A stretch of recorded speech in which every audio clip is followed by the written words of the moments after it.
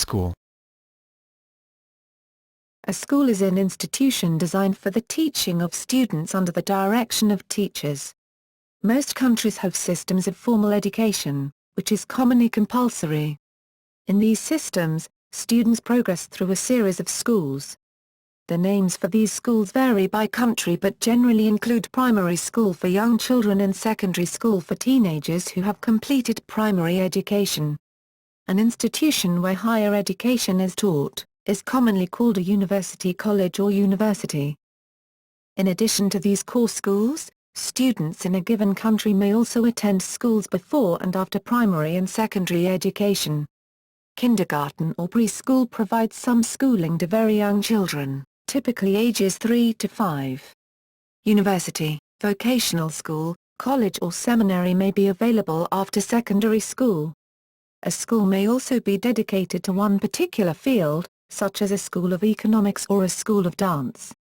Alternative schools may provide non-traditional curriculum and methods. There are also non-government schools, called private schools.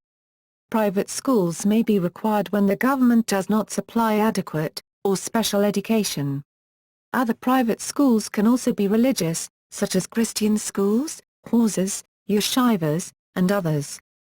Or schools that have a higher standard of education or seek to foster other personal achievements. Schools for adults include institutions of corporate training, military education and training, and business schools. In homeschooling and online schools, teaching and learning take place outside of a traditional school building. Etymology. The word school derives from Greek schole, skol, originally meaning leisure, and also that in which leisure is employed, but later a group to whom lectures were given, school. History and development of schools. The concept of grouping students together in a centralized location for learning has existed since classical antiquity. Formal schools have existed at least since ancient Greece, see Academy, ancient Rome, see Education in ancient Rome, ancient India, see Gurukul, and ancient China, see History of Education in China. The Byzantine Empire had an established schooling system beginning at the primary level. According to traditions and encounters, the founding of the primary education system began in 425 AD and military personnel usually had at least a primary education. The sometimes efficient and often large government of the empire meant that educated citizens were a must. Although Byzantium lost much of the grandeur of Roman culture and extravagance in the process of surviving, the empire emphasized efficiency in its war manuals. The Byzantine education system continued until the empire's collapse in 1453 AD. Islam was another culture that developed a school system in the modern sense of the word. Emphasis was put on knowledge, which required a systematic way of teaching and spreading knowledge, and purpose-built structures. At first, mosques combined both religious performance and learning activities, but by the 9th century, the madrasa was introduced, a proper school that was built independently from the mosque. They were also the first to make the madrasa system a public domain under the control of the caliph. The Nizamiya Madrasa is considered by consensus of scholars to be the earliest surviving school, built towards 1066 AD by Emir Nizam al-Mulk. Under the Ottomans, the towns of Bursa and Edirne became the main centers of learning. The Ottoman system of Kulai, a building complex containing a mosque, a hospital, madrasa, and public kitchen and dining areas, revolutionized the education system, making learning accessible to a wider public through its free meals, healthcare and sometimes free accommodation. The 19th-century historian, Scott holds that a remarkable correspondence exists between the procedure established by those institutions and the methods of the present day. They had their collegiate courses, their prizes for proficiency and scholarship, their oratorical and poetical contests, their commencements and their degrees. In the Department of Medicine, a severe and prolonged examination, conducted by the most eminent physicians of the capital, was exacted of all candidates desirous of practicing their profession, and such as were unable to stand the test were formally pronounced incompetent. In Europe, universities emerged during the 12th century. Here, Scholasticism was an important tool, and the academicians were called schoolmen. During the Middle Ages and much of the early modern period, the main purpose of schools, as opposed to universities, was to teach the Latin language. This led to the term grammar school, which in the United States informally refers to a primary school, but in the United Kingdom means a school that selects entrance based on ability or aptitude.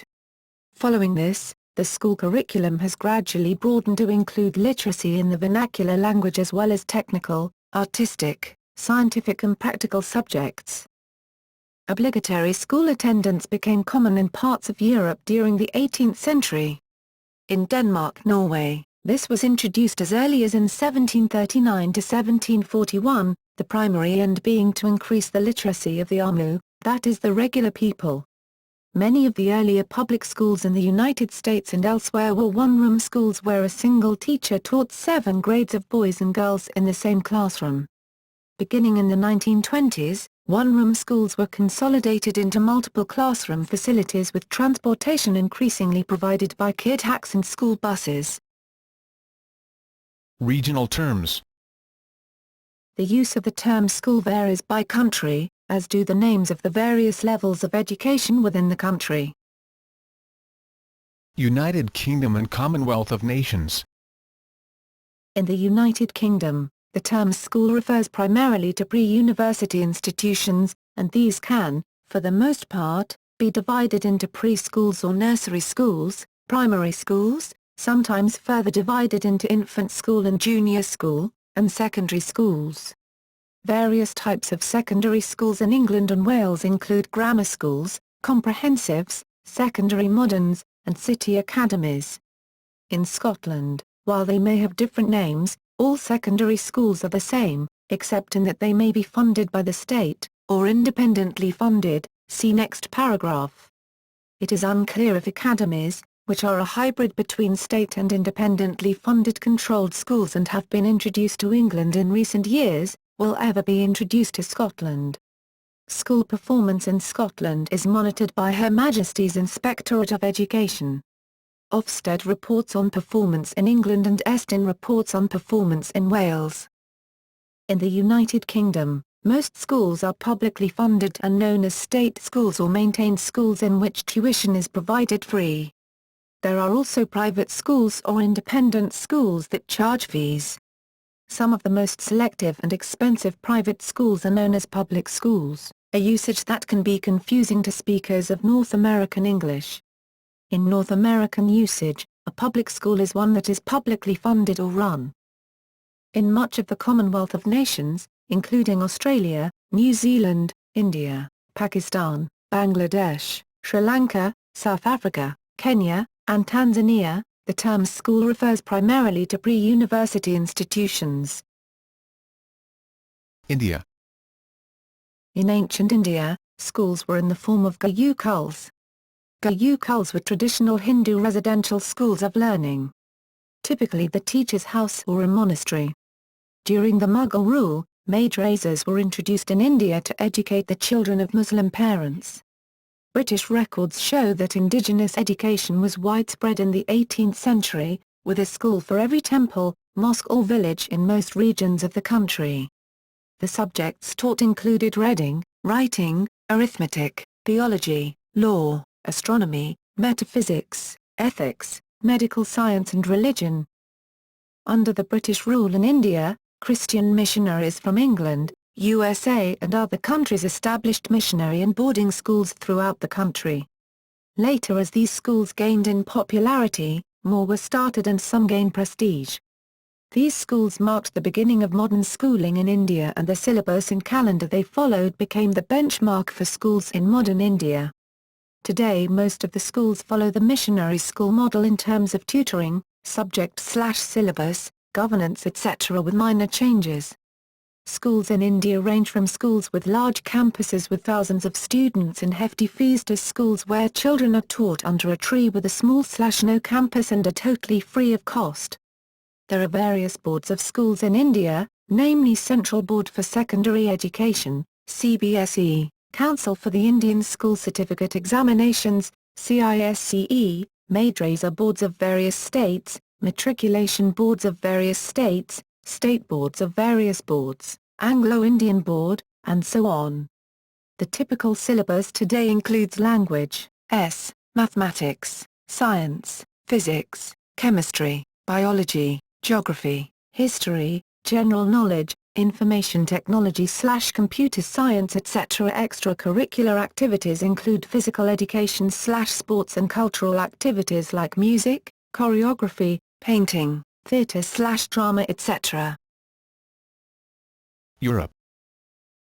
In much of continental Europe, the term school usually applies to primary education, with primary schools that last between 4 and 9 years, depending on the country.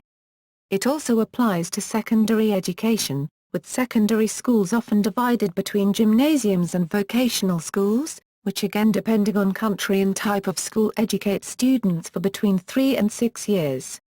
In Germany, students graduating from Grundschule are not allowed to directly progress into a vocational school, but are supposed to proceed to one of Germany's general education schools such as Gesamtschule, Hauptschule, Realschule or Gymnasium. When they leave that school, which usually happens at age 15 to 19, they are allowed to proceed to a vocational school. The term school is rarely used for tertiary education, except for some upper or high schools, German, Hochschule, which describe colleges and universities. In Eastern Europe, modern schools, after World War II, of both primary and secondary educations, often are combined, while secondary education might be split into accomplished or not.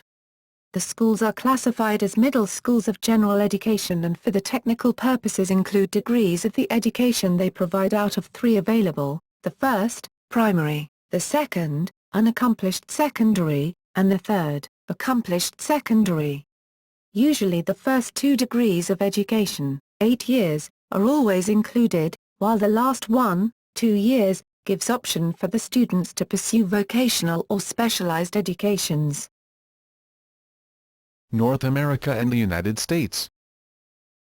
In North America, the term school can refer to any educational institution at any level, and covers all of the following: preschool, for toddlers, kindergarten, elementary school, middle school, also called intermediate school or junior high school, depending on specific age groups and geographic region, senior high school, college, university, and graduate school. In the U.S., school performance through high school is monitored by each state's Department of Education. Charter schools are publicly funded elementary or secondary schools that have been freed from some of the rules, regulations, and statutes that apply to other public schools. The terms grammar school and grade school are sometimes used to refer to a primary school. School ownership and operation. Many schools are owned or funded by states. Private schools operate independently from the government. Private schools usually rely on fees from families whose children attend the school for funding. However, sometimes such schools also receive government support, for example, through school vouchers. Many private schools are affiliated with a particular religion. These are known as parochial schools. Starting a school. The Toronto District School Board is an example of a school board that allows parents to design and propose new schools.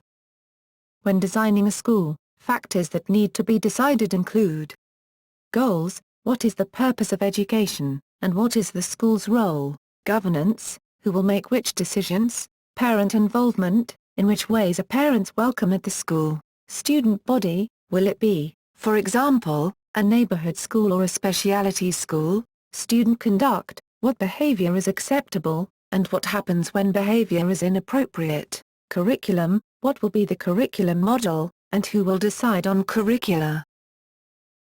Components of most schools. Schools are organized spaces purposed for teaching and learning.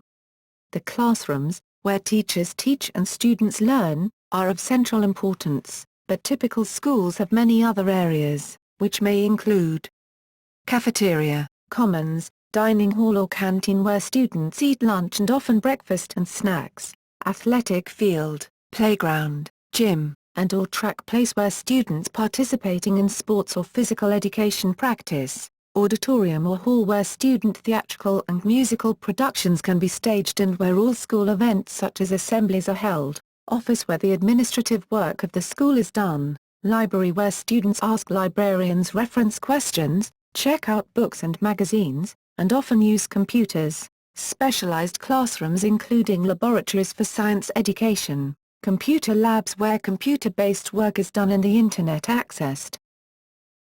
School security. The safety of staff and students is increasingly becoming an issue for school communities, an issue most schools are addressing through improved security. Some have also taken measures such as installing metal detectors or video surveillance. Others have even taken measures such as having the children swipe identification cards as they board the school bus. For some schools, these plans have included the use of door numbering to aid public safety response. Other security concerns faced by schools include bomb threats, gangs, vandalism, and bullying. School health services. School health services are services from medical, teaching and other professionals applied in or out of school to improve the health and well-being of children and in some cases whole families.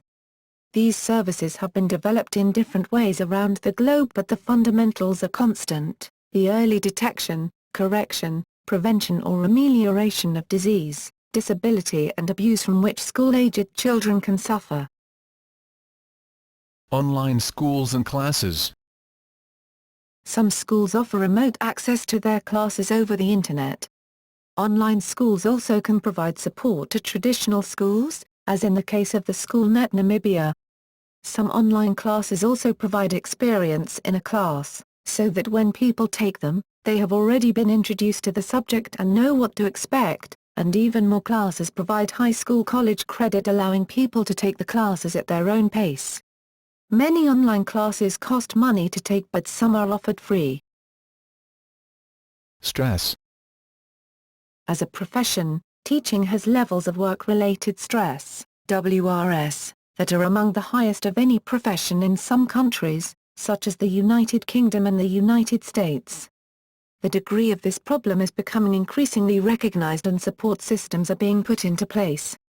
Teacher education increasingly recognizes the need to train those new to the profession to be aware of and overcome mental health challenges they may face. Stress sometimes affects students more severely than teachers, up to the point where the students are prescribed stress medication. This stress is claimed to be related to standardized testing, and the pressure on students to score above average. See cram school. Discipline. Schools and their teachers have always been under pressure, for instance, pressure to cover the curriculum, to perform well in comparison to other schools, and to avoid the stigma of being soft, or spoiling towards students. Forms of discipline, such as control over when students may speak, and normalized behavior, such as raising a hand to speak, are imposed in the name of greater efficiency. Practitioners of critical pedagogy maintain that such disciplinary measures have no positive effect on student learning. Indeed, some argue that disciplinary practices detract from learning, saying that they undermine students' individual dignity and sense of self-worth, the latter occupying a more primary role in students' hierarchy of needs.